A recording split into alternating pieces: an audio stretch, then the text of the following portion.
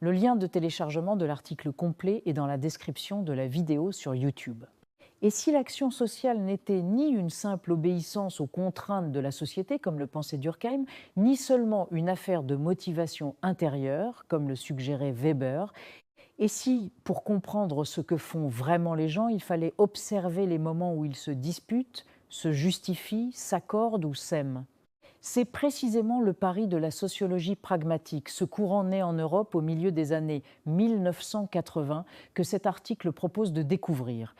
Aussi appelée sociologie des épreuves ou sociologie des régimes d'action, cette approche a été portée par Luc Boltanski et Laurent Thévenot avec leur ouvrage majeur de la justification, les économies de la grandeur, ainsi que par l'anthropologie des sciences de Bruno Latour et Michel Caland. Elle se construit en rupture avec la tradition classique, mais aussi en réaction à la sociologie critique de Bourdieu et à l'individualisme méthodologique de Boudon. Son geste fondateur est simple et puissant. Déplacer le regard de l'action sociale vers les régimes d'action, c'est à dire vers les manières concrètes dont les personnes se coordonnent selon les situations.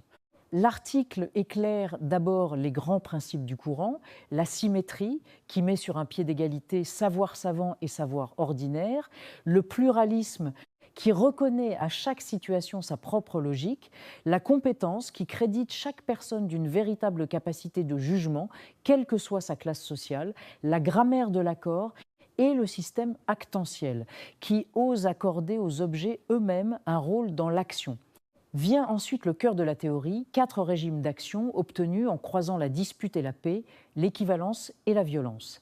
La dispute en justice, où l'on se justifie au nom d'un principe supérieur commun, la dispute en violence, pur rapport de force sans justification, la paix en justesse, faite d'accords tacites et silencieux, et la paix en agapé, ce régime rare du don, sans attente de retour. Au centre de tout cela, la notion d'épreuve, ce moment décisif et incertain où se révèle ce dont chaque être est réellement capable. Enfin, l'article présente les fameuses cités de Boltanski et Thévenot, domestiques, industrielles, civiques, inspirées, marchandes, de l'opinion, ces univers de valeurs dans lesquels les acteurs puisent leurs arguments pour justifier leurs actes, chacune adossée à une grande œuvre, de Rousseau à Adam Smith, de Saint-Augustin à Saint-Simon. Une perspective qui prend au sérieux la dimension morale de l'action humaine et qui, comme le souligne l'auteur, offre une grille particulièrement féconde pour penser nos sociétés, y compris dans le contexte marocain et arabe. Si cette synthèse vous a éclairé, n'oubliez pas de liker la vidéo, de vous abonner à la chaîne et de partager autour de vous.